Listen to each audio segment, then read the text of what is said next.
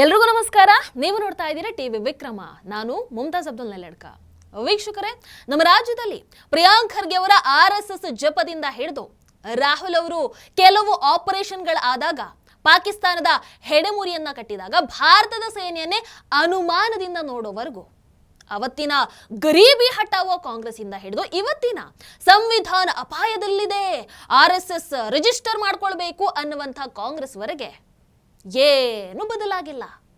But ಯಾಕೆ ಬದಲಾಗಿಲ್ಲ? ಮೋದಿಜಿಯ ಭಾಷಣದ ಹಿಂದಿನ ಅರ್ಥ ಏನು? ಕಾಂಗ್ರೆಸ್ ಜನ್ಮ ಜಾಲಾಡಿರೋದು ಯಾಕೆ ಮೋದಿಜಿ? ಎಲ್ಲವನ್ನ ಇವತ್ತಿನ ಸ್ಪಾಟ್ಲೈಟ್ ಕಾರ್ಯಕ್ರಮದಲ್ಲಿ ನಾವು ನೋಡ್ತಾ ಹೋಗೋಣ. ಅದಕ್ಕೂ ಮೊದಲು ಟಿವಿ ವಿಕ್ರಮವನ್ನು ಸಬ್ಸ್ಕ್ರೈಬ್ ಮಾಡದೇ ಇದ್ದಲ್ಲಿ ದಯವಿಟ್ಟು ಟಿವಿ ವಿಕ್ರಮವನ್ನು ಸಬ್ಸ್ಕ್ರೈಬ್ ಮಾಡಿ. ವೀಕ್ಷಕರೇ, ಈ ಹಿಂದೆ ಒಮ್ಮೆ ಮುಲಾಯಂ ಸಿಂಗ್ ಯಾದವ್ ಅವರು ಸಂಸತ್ತಲ್ಲಿ ನಿಂತ್ಕೊಂಡು ಕಾಂಗ್ರೆಸ್ಸಿಗೆ 1000 ಕೈಗಳು ಇದೆ ಅಂತ ಹೇಳಿದ್ರು. ಅಫ್ಕೋರ್ಸ್ ಅದು ಸತ್ಯನೇ. ಆ 1000 ಕೈಗಳೆಲ್ಲವೂ ಕೂಡ ಒಂದೇ ಸಮಯದಲ್ಲಿ ಆಕ್ಟಿವ್ ಆಗಿರತ್ವೆ. ಕೆಲವು ಕೈಗಳು ವಿದ್ಯುತ್ ಇಲ್ಲ ಅಂತ ದೂರು ಹೇಳ್ತಾ ಇರತ್ತೆ. ಅದೇ ಸಂದರ್ಭದಲ್ಲಿ ಅವರದ್ದೇ ಇನ್ನೊಂದಷ್ಟು ಕೆಲವು ಕೈಗಳು ಅಣೆಕಟ್ಟುಗಳ ವಿರುದ್ಧ ಹೋರಾಟವನ್ನು ಮಾಡ್ತಾ ಇರತ್ವೆ. ಒಂದು ಕೈ ಸಂವಿಧಾನ ತಿದ್ದುಪಡಿ ಮಾಡ್ತಾ ಇರುತ್ತೆ, ಮತ್ತೊಂದು ಕಡೆ ಅದೇ ಕೈ ಬಂದು ಮೋದಿ ಸಂವಿಧಾನ ಬದಲಾಯಿಸ್ತಾರೆ ಅಂತ ಬೊಬ್ಬೆಯನ್ನು ಹಾಕ್ತಾ ಇರತ್ತೆ. ಇನ್ನೊಂದು ಕೈ ಮೋದಿಜಿಯಿಂದ ಸಂವಿಧಾನದ ಪಾಠದ ಅವಶ್ಯಕತೆ ಇಲ್ಲ ಅಂತ ಹೇಳ್ತಾ ಇರತ್ತೆ. RSS ಜಪವನ್ನ ಮಾಡ್ತಾ ಇರತ್ತೆ. ಅಂದ್ರೆ ಬೇರೆ ಬೇರೆ ಸ್ಥಳಗಳಲ್ಲಿ, ಬೇರೆ ಬೇರೆ ಹಂತಗಳಲ್ಲಿ ಬೇರೆ ಬೇರೆ ಕೈಗಳು ತಮ್ಮ ತಮ್ಮ ಕೆಲಸಗಳಲ್ಲಿ ತೊಡಗಿಸ್ಕೊಂಡು ಇರುತ್ತೆ. ಆದ್ರೆ ಆ ಎಲ್ಲ ಕೈಗಳು ಕೂಡ ಒಂದೇ ದೇಹಕ್ಕೆ ಸೇರಿದೆ. ಆ ದೇಹನೇ it's none other than Congress ಪಕ್ಷ. ವೀಕ್ಷಕರ, ಕಾಂಗ್ರೆಸ್ ಅಧಿಕಾರದಲ್ಲಿ ಇದ್ದಾಗ ಮಾಡಿದ್ದೇನು? ಏನೂ ಇಲ್ಲ. ಪ್ರಿಯಾಂಕ್ ಖರ್ಗೆ ಅವರು ಮೋದಿಜಿ ಅವರು 12 ವರ್ಷದ ಅಧಿಕಾರವನ್ನು ಮೊನ್ನೆ ಪೂರೈಕೆ ಮಾಡಿದ್ರಲ್ವಾ, ಆ 12 ವರ್ಷದ ಸಾಧನೆಗೆ 12 ವರ್ಷ ಪ್ರತಿಯೊಂದು ಘೋಷಣೆಯನ್ನ ವಂಚನೆಯನ್ನಾಗಿ ಪರಿವರ್ತಿಸಿದ್ದಕ್ಕೆ ಪ್ರಧಾನಿ ನರೇಂದ್ರ ಮೋದಿಜಿ ಅವರಿಗೆ ಅಭಿನಂದನೆಗಳು ಅಂತ ಹೇಳ್ತಾರೆ. ಆಮೇಲೆ ಅವರ ಒಂದಷ್ಟು ಯೋಜನೆಗಳದು ಮೇಕ್ ಇನ್ ಇಂಡಿಯಾ ಆಗಿರಬಹುದು, ಸ್ಕಿಲ್ ಇಂಡಿಯಾ, ಡಿಜಿಟಲ್ ಇಂಡಿಯಾ, ಉತ್ಪಾದನೆ ಆಧಾರಿತ ಪ್ರೋತ್ಸಾಹ ಧನ ಯೋಜನೆ, startup India, stand up India, Mudra ಸಾಲ, ಆಮೇಲೆ PM ಕಿಸಾನ್, ಸ್ವಚ್ಛ ಭಾರತ್ ಯೋಜನೆ, ಆಮೇಲೆ ಸ್ಮಾರ್ಟ್ ಸಿಟಿ, ರಾಷ್ಟ್ರೀಯ ಶಿಕ್ಷಣ ನೀತಿ, ಇಂಥ ಒಂದಷ್ಟು ದೊಡ್ಡ ಪಟ್ಟಿಯನ್ನ, ಬಹಳಷ್ಟು ಇದೆ, ದೊಡ್ಡ ಪಟ್ಟಿಯನ್ನ ಪ್ರಿಯಾಂಕ್ ಖರ್ಗೆ ಅವರು ಟ್ವಿಟರ್ ಅಲ್ಲಿ ಹಾಕ್ತಾರೆ. ಮೊದಲಿಗೆ ಮೋದಿಜಿ ಅವರ ಸಾಧನೆಯನ್ನ ಖರ್ಗೆ ಅವರು ತಿಳ್ಕೊಂಡಿರೋದಕ್ಕೆ ಒಂದು ಅಪ್ರಿಶಿಯೇಟ್ ಮಾಡಲೇಬೇಕು. ಕಾಂಗ್ರೆಸ್ನ 70 ವರ್ಷದ ಆಡಳಿತದಲ್ಲಿ ಇಂಥ ಒಂದೇ ಒಂದು ಒಳ್ಳೆಯ ಯೋಜನೆಯನ್ನ ಕಾಂಗ್ರೆಸ್ಗೆ ಜಾರಿಗೆ ತರೋದಕ್ಕೆ ಸಾಧ್ಯ ಆಗಿದೆಯಾ? ಅಥವಾ ಅಂಥ ಯೋಜನೆಗಳ ಹೆಸರನ್ನಾದ್ರೂ ಕೇಳಿದಾರಾ? ಗರೀಬಿ ಹಟಾವೋ ಅಂತ ಹೇಳ್ತಾ ತಮ್ಮ ತಮ್ಮ ಕುಟುಂಬಗಳು ಉದ್ಧಾರ ಆಗಿದ್ದು ಬಿಟ್ರೆ, ತಮಗೆ ಬೇಕಾದಷ್ಟು ಆಸ್ತಿಯನ್ನು ಸಂಪಾದನೆ ಮಾಡ್ಕೊಂಡಿದ್ದು ಬಿಟ್ರೆ, ಕಾಂಗ್ರೆಸ್ ಆಡಳಿತದಲ್ಲಿ ದೇಶದ ಜನರಿಗೆ ಏನು ಮಾಡಿದ್ದಾರೆ? ಏನಿಲ್ಲ. ಪ್ರಿಯಾಂಕ್ ಖರ್ಗೆ ಅವರು, ನೀವು ಮೋದಿಜಿ ಅವರಿಗೆ 12 ವರ್ಷದ ಪ್ರತಿಯೊಂದು ಘೋಷಣೆಯನ್ನ ವಂಚನೆಯನ್ನಾಗಿ ಪರಿವರ್ತಿಸಿದ್ದಕ್ಕೆ ಅಂತ ಹೇಳಿದ್ರಲ್ವಾ, ಕಾಮಾಲೆ ಕಣ್ಣಿಗೆ ಕಾಣೋದೆಲ್ಲ ಹಳದಿ ಅನ್ನುವಂಥ ಒಂದು ಗಾದೆ ಮಾತಿದೆ. 60 ರಿಂದ 70 ವರ್ಷದ ಆಡಳಿತವನ್ನು ನಡೆಸಿದಂಥವರಿಗೆ ಜನಪರ ಯೋಜನೆಗಳನ್ನ ಘೋಷಣೆ ಮಾಡುವಂತಹ ಯೋಗ್ಯತೆನೇ ಇರಲಿಲ್ಲ. ಜಾರಿಗೆ ತರೋದು ಬಿಡಿ, ಘೋಷಣೆ ಮಾಡೋ ಯೋಗ್ಯತೆ ಕೂಡ ಇರಲಿಲ್ಲ. 60 ರಿಂದ 70 ವರ್ಷಗಳ ಕಾಲ ಒಂದು ಕುಟುಂಬ ಇಡೀ ದೇಶಕ್ಕೆ ವಂಚನೆ ಮಾಡಿದ್ದನ್ನ ಈ ದೇಶ ನೋಡಿದೆ. ಅದಕ್ಕೆ ಒಂದ್ ಸ್ವಲ್ಪ ದೂರನೇ ಇಟ್ಟಿರುವಂಥದ್ದು. ಅಂಥವರೆಲ್ಲ ಇವತ್ತು ಬಂದು ಅದ್ಯಾವ ಮುಖವನ್ನ ಇಡ್ಕೊಂಡು ಈ ರೀತಿ ಸುಳ್ಳನ್ನ ಹೇಳ್ತಾರೆ, ಅರ್ಥ ಆಗ್ತಾ ಇಲ್ಲ. ಅದಕ್ಕೆ ಇಂಥವರಿಗೆ ರಿಪಬ್ಲಿಕ್ ಟಿವಿಯ ಕಾರ್ಯಕ್ರಮವೊಂದರಲ್ಲಿ ಪ್ರಧಾನಿ ಮೋದಿಜಿ ಹೇಳ್ತಾರೆ, ಕ್ರಾನಿಕಲಿ ಡಿಸ್ಸ್ಯಾಟಿಸ್ಫೈಡ್ ಗ್ರೂಪ್. ಅಂದ್ರೆ ಇವರು ಯಾವಾಗ್ಲೂ ಒಂಥರ ಅತೃಪ್ತರಾಗಿರುವಂತಹ ಗುಂಪು. ಇವರಾಗಿ ಏನು ಮಾಡಲ್ಲ, ಮಾಡೋದಕ್ಕೆ ಹೊರಟಂಥವರನ್ನು ಬಿಡಲ್ಲ.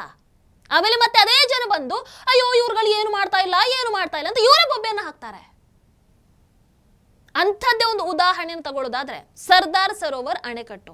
ವರ್ಷಗಳ ಕಾಲ ನರ್ಮದಾ ನದಿಯ ಮೇಲಿನ ಆ ಅಣೆಕಟ್ಟು ನಿರ್ಮಾಣ ಆಗದ ಹಾಗೆ ಕಾಂಗ್ರೆಸ್ನ ಕೆಲವು ಕೈಗಳು ತಡೆದ್ವು. ರಸ್ತೆಗಳಿಂದ ಹಿಡಿದು ಸುಪ್ರೀಂ ಕೋರ್ಟ್ ವರೆಗೆ ಈ ಯೋಜನೆಗೆ ವಿರೋಧವನ್ನು ವ್ಯಕ್ತಪಡಿಸಿದ್ರು. ಆಮೇಲೆ ನಿಮಗೆ ಗೊತ್ತಲ್ವಾ, ಕಾಂಗ್ರೆಸ್ಸಿಗೆ ಈ ಅಭಿವೃದ್ಧಿ ಅಂದ್ರೆ ಆಗ ಬರಲ್ಲ. ಅಭಿವೃದ್ಧಿಗೂ ಕಾಂಗ್ರೆಸ್ಸಿಗೂ ಅಷ್ಟಕ್ಕಷ್ಟೇ. ಅಭಿವೃದ್ಧಿ ಅಂದ್ರೆ ಸಾಕು, ಅಡ್ಡಿ ಆಗ್ತಾನೆ ಇರ್ತಾರೆ.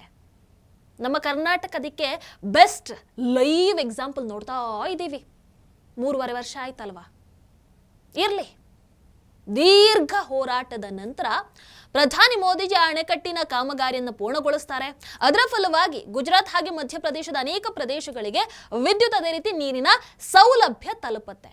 ನಮ್ಮಲ್ಲೂ ಇದ್ದಾರೆ ರೈತರ ಫಲವತ್ತಾದ ಭೂಮಿಯನ್ನು ಎಲ್ಲ ನಾಶ ಮಾಡಿ ಅದೇನೋ ಸಾಧನೆ ಮಾಡ್ತೀವಿ ಅಂತ ಹೊರಟು ನಿಂತಿದ್ದಾರೆ. ರೈತರು ವಿರೋಧ ಮಾಡ್ತಾ ಇದ್ದಾರೆ. ನೋಡೋಣ ಅದು ಮುಂದೆ ಏನಾಗತ್ತೆ ಅಂತ. ವೀಕ್ಷಕರು, ಇವರ ಈ ಕಾಯಿಲೆಗೆ ಯಾವುದಾದ್ರೂ ಮದ್ದು ಇದೆಯಾ, ಪರಿಹಾರ ಇದೆಯಾ? ರೈತರೇ ದೇಶದ ಬೆನ್ನೆಲುಬು ಅಂತ ಹೇಳ್ತಾರೆ. ಅವರ ಜೀವನಕ್ಕೆ ಪೆಟ್ಟು ಕೊಡೋದಕ್ಕೆ ಹೋಗ್ತಾರೆ. ಇವರಿಗೆ 24 ಗಂಟೆ ವಿದ್ಯುತ್ ಬೇಕು ಅಂತ ಹೇಳ್ತಾರೆ. ಆದ್ರೆ ವಿದ್ಯುತ್ ಉತ್ಪಾದಿಸುವಂತ ಒಂದೇ ಒಂದು ಯೋಜನೆ ಕೂಡ ಇವರಿಗೆ ಬೇಡ. ಹಂಗಿದ್ರೆ ವಿದ್ಯುತ್ ಎಲ್ಲಿಂದ ಬರುತ್ತೆ, ಹೇಗೆ ಉತ್ಪತ್ತಿ ಆಗುತ್ತೆ? ಮೋದಿಜಿಯಲ್ಲಿ ಮಾತಾಡ್ತಾ ಇನ್ನೊಂದು ವಿಚಾರವನ್ನು ಕೂಡ, ಮಹತ್ವದ ವಿಚಾರವನ್ನ ಪ್ರಸ್ತಾಪ ಮಾಡ್ತಾರೆ. ಏನಂದ್ರು? ಇವತ್ತು ಇವರೆಲ್ಲ ಕೇಳ್ತಾರೆ, ಹೇಳಿ ಮೋದಿಜಿ AI ಕ್ಷೇತ್ರದಲ್ಲಿ ಏನ್ ಸಾಧನೆ ಆಯ್ತು, ಏನು ಮಾಡಿದೀರಾ ಅಂತ. ಅಂದ್ರೆ ಒಂದು ಕಡೆ AI ಕ್ಷೇತ್ರದಲ್ಲಿ ಇದಾಗಬೇಕಿತ್ತು, ಅದಾಗಬೇಕಿತ್ತು ಅಂತ ಟೀಕೆ ಮಾಡ್ತಾರೆ.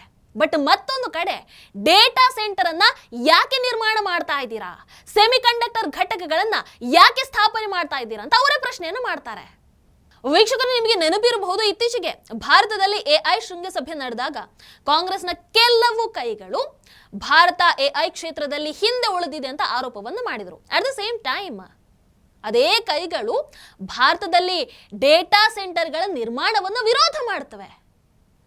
ನಮಗೆ AI ಸಮಿಟ್ ಅಲ್ಲಿ ದೇಶದ ಮರ್ಯಾದೆಯನ್ನು ತೆಗೆಯೋದಕ್ಕೆ ತಮ್ಮ ಟೀಮ್ ಅನ್ನ ಕಳಿಸಿದ್ದು, ಅದನ್ನ ನೋಡಿ ರಾಹುಲ್ ಎಂಜಾಯ್ ಮಾಡಿದೆಲ್ಲವನ್ನ ನೀವು ನೋಡಿದೀರಾ, ನಿಮಗೆ ನೆನಪಿರಬಹುದು ಅಂತ ಅಂದ್ಕೊಳ್ತೀನಿ. ಹೌದಲ್ವೋ? ಅಂದ್ರೆ ಇವರ ಉದ್ದೇಶ ಜಸ್ಟ್ ಮೋದಿಜಿಯವರನ್ನ ವಿರೋಧಿಸೋದು, ದೇಶದ ಅಭಿವೃದ್ಧಿಯನ್ನ ವಿರೋಧಿಸೋದು. ಅದಕ್ಕೆ ಒಂದು ಪುಟ್ಟ ಉದಾಹರಣೆಯನ್ನು ಕೊಡೋದಾದ್ರೆ, ಕಾಂಗ್ರೆಸ್ ವಕ್ತಾರೆ ಸುಪ್ರಿಯಾ ಶ್ರೀನಾಥ್ ಅವರ ಪೋಸ್ಟ್ಗಳನ್ನು ನೋಡಬೇಕು. ಒಂದು ಕಡೆ ಸುಪ್ರಿಯಾ ಶ್ರೀನಾಥೆ ಭಾರತ AI ಕ್ಷೇತ್ರದಲ್ಲಿ ವೇಗವಾಗಿ ಮುನ್ನಡಿಬೇಕು ಅಂತ ಹೇಳ್ತಾರೆ. ಮತ್ತೊಂದು ಕಡೆ ಅದೇ ವ್ಯಕ್ತಿ ಡೇಟಾ ಸೆಂಟರ್ಗಳ ನಿರ್ಮಾಣವನ್ನು ವಿರೋಧಿಸ್ತಾರೆ. ಬಟ್ ವಾಸ್ತವವಾಗಿ ನೋಡಿದ್ರೆ ನಿಮಗೆ AI ಬೇಕು ಅಂತ ಅಂದ್ರೆ ಈ ಡೇಟಾ ಸೆಂಟರ್ಗಳು ಒಂಥರ ಅದಕ್ಕೆ ಫ್ಯೂಯಲ್ ಇದ್ದ ಹಾಗೆ. ಅದನ್ನು ಇವರಿಗೆ ಯಾರು ಅರ್ಥ ಮಾಡಿಸ್ತಾರೆ?